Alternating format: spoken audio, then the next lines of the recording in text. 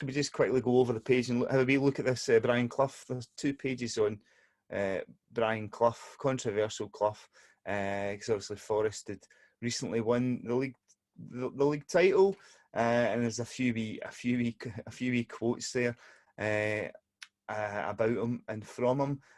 We one there from Bob Stokel. He says, Clough thinks he knows it all, but really is a frightened man. He has so much success as a manager that he's afraid he won't be able to keep it up. And a wee bit from Alan Ball. Brian Clough is the sort of manager who has to dominate his players. If I ever joined him, he would have tried to dominate me. But despite his record, I would not have the respect for him to let him do it. He knows how I feel about him, and he's never made any secret of the fact he's not too struck on me either. Did you have any run-ins with Brian Clough over your career, Paul?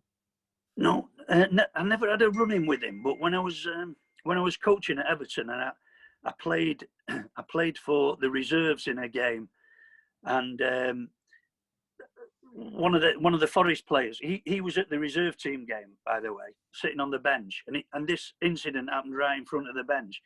The Forest player, I knocked the ball past him, and he's like leathered me really, you know. And then I just got up, put the ball down, and took a quick free kick, and he walked onto the pitch, Cloughie, and he went, "Hey son, wonderful that you could have got him booked and you got on with the game."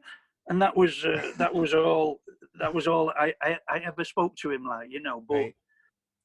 But I did my full badge, a coaching badge at Lilleshall, and the right back that played for Cloughie's successful side. Anyway, he told us a story, you know, because after being on the field all day, we used to go in the bar at Lilleshall, have a few drinks, and he said they got through to the final of the League Cup at Forest, and none of the players had anything written in the contract about how much they get for getting to the final of the League Cup, you know.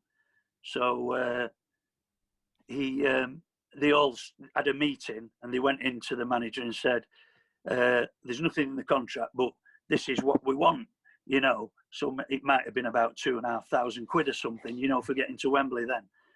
And he came in on the Monday morning with 20 boxes of chocolate, with a £10 note sellotaped to the top, and he said, "Here, that's your bonus for getting to the League Cup final. Now take it home to your wife and give her a nice present," like, you know. But that's how stubborn he was, you know. And he didn't care.